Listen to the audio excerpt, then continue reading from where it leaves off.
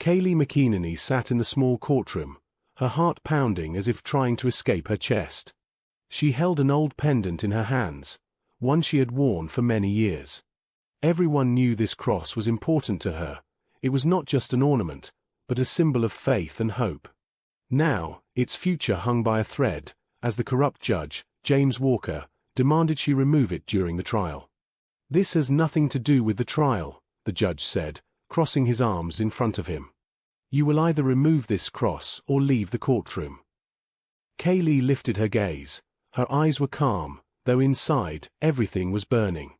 She couldn't believe that someone could treat her rights with such disdain, not just as a person, but as a citizen who had the right to freely express her beliefs. This wasn't just a misunderstanding. It was something deeper. "Your Honor," Kaylee began, her voice calm but firm in the silence of the courtroom, "this cross is part of me. It is worn not just by the body, but by the soul. I cannot remove it, because doing so would mean I am denying a part of who I am." The judge frowned but said nothing.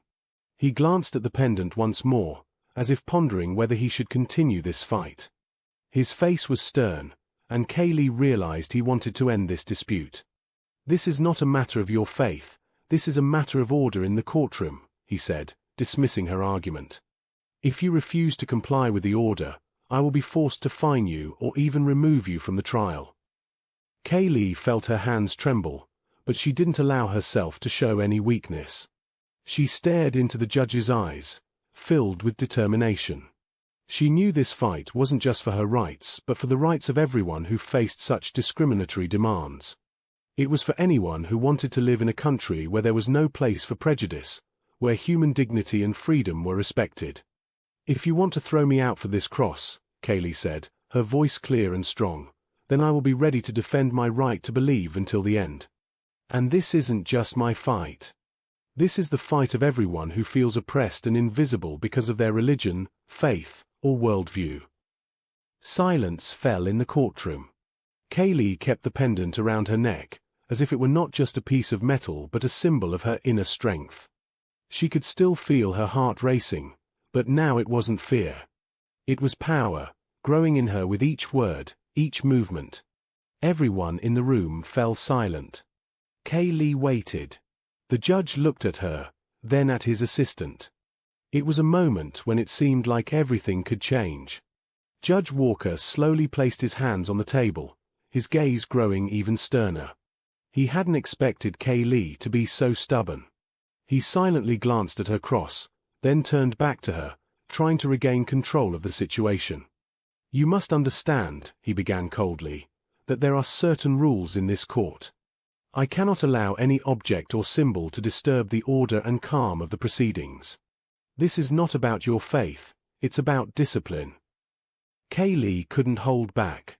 She knew this could be a critical moment, but her anger and frustration wouldn't allow her to stay silent. "This is exactly about my faith, Your Honor," she said, raising her voice but remaining calm in her words. "Your discipline does not have the right to demand that I renounce a part of myself. You speak of rules, but are those rules fair to everyone?" The judge raised an eyebrow in surprise. He hadn't expected that a simple case, where he just needed to make a decision, would turn into such a conflict. "If you disrupt this order, I will be forced to rule in your favor, but with serious consequences," he said, not hiding the bitterness in his voice. "Your desire to wear this cross could become the reason the court system denies you the right to defend yourself in this case." Kaylee took a deep breath to stay calm and asked the question that had been tormenting her all this time. "What do you mean, Your Honor? Are you threatening me simply because I have the right to my faith? Or do you want me to give up this right to simplify the court process? Who here is really breaking the rules?" Her words echoed in the silence of the courtroom. Kaylee felt the piercing gazes of everyone present now focused on the judge, and in his eyes, she saw a moment of doubt. He took a small step back, yet his face remained unmoving. "This is not a simple situation," he said after a short pause, sighing deeply. "You've chosen a moment when the situation is difficult for all of us. And this won't help you win your case. Your cross may be a symbol, but for others, it may simply be an obstacle. Are you ready to accept the losses? Kaylee gathered her strength and responded. I'm not seeking any gain in this case. I'm simply standing up for my right, because my faith and beliefs are part of my identity, and I won't allow anyone to decide what I can or cannot wear. Judge Walker held his gaze on her face, clearly trying to find a weak spot to reach a compromise. He couldn't help but notice that Kaylee was strong, and something in her determination and righteousness touched him, though he didn't want to admit it. You do understand that I am taking these measures only to prevent disruptions in the court proceedings, he continued more softly. I don't want your cross to be what distracts from the essence of the case. Kaylee placed her hands on the table, leaving the pendant in plain view. She didn't take her eyes off the judge. And I don't want my faith to be used as a tool to manipulate people, she replied, coldly and confidently. If that's your strategy, you're mistaken. She silently waited for the judge's reaction, his gaze still fixed on her cross. This moment wasn't just about a conflict in the courtroom. It was a moment when her inner strength, her unwavering belief in her rights, began to not only protect her but also send a significant message to those sitting around her. Judge Walker took another deep breath and glanced at Kaylee again. The silence in the courtroom had become so thick that the ticking of the clock on the wall was audible. He knew that this moment was crucial. Kaylee wasn't just defending her right to wear the cross, she was defending principles, and it was hard to ignore that. You're right about one thing, he began, stepping out of his usual cold demeanor. You have the right to your faith. And I understand that this symbol is important to you. But, he paused, as if trying to find the right words, are you prepared to accept that not everyone understands it the way you do? Kaylee felt her heart race, but she didn't allow herself to give in. I'm ready to accept that not everyone agrees with me. And that's okay. But that doesn't give them the right to decide what I can or can't wear. And it doesn't change the fact that I'm here to defend my right to my faith, whether others understand it or not. The judge, noticing her determination, softened his stance a bit. He sat down at the table and leaned back in his chair, as if assessing the situation from a different angle. You're a true fighter, Kaylee, he said quietly. And I appreciate that. I don't want this to become a battle over a symbol, but over the case.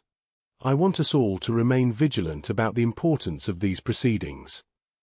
He looked again at her cross, pondering for a few seconds what to say next. It seemed as if his words now carried a new depth. Let's do this, he decided, raising his hand as if concluding the matter. I'll allow you to wear this cross, but I ask that it doesn't become a distraction to others in the room. We maintain order, and you maintain your dignity. Agreed. Kaylee was surprised, but she couldn't hide the sense of relief that her point of view had, in the end, been heard.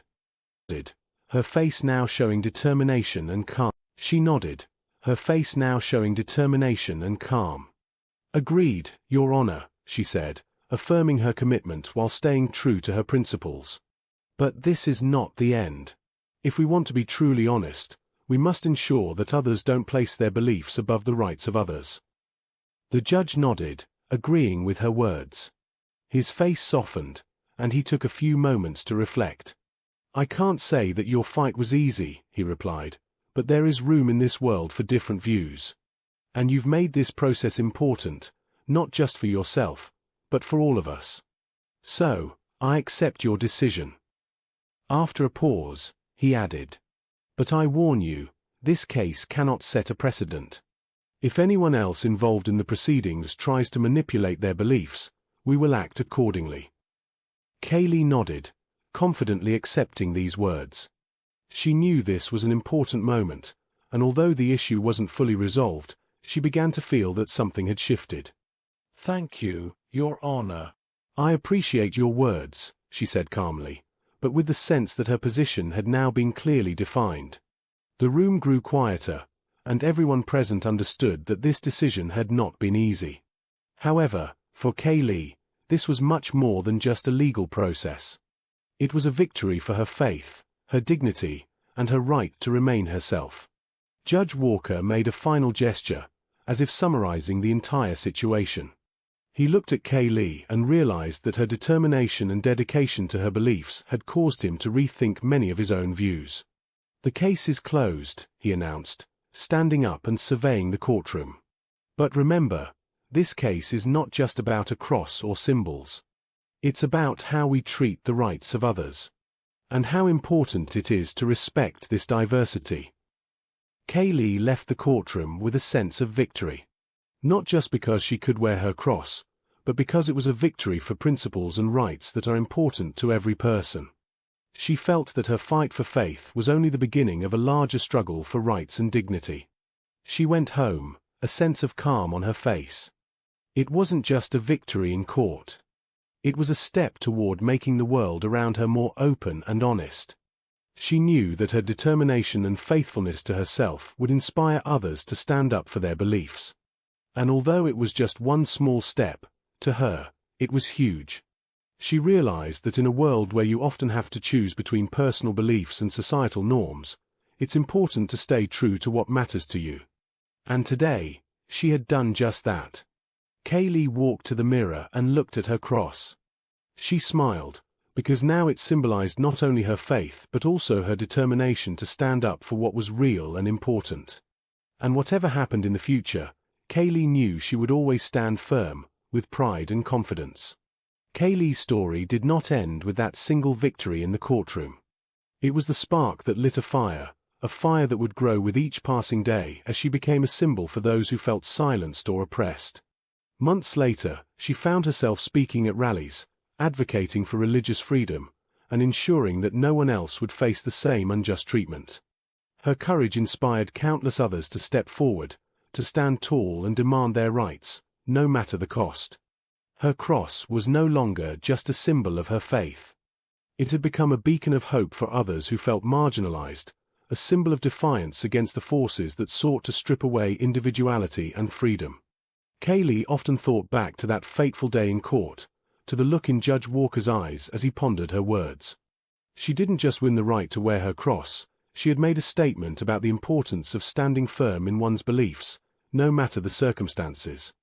And though the battle had been difficult, it had shown her that the fight for freedom was ongoing, a fight that demanded courage, resilience, and an unwavering commitment to what is right.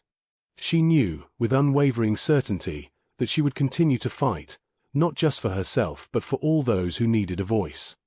Her journey was far from over, but every step she took made the world just a little bit brighter, a little bit freer. And in the end, that was all that mattered.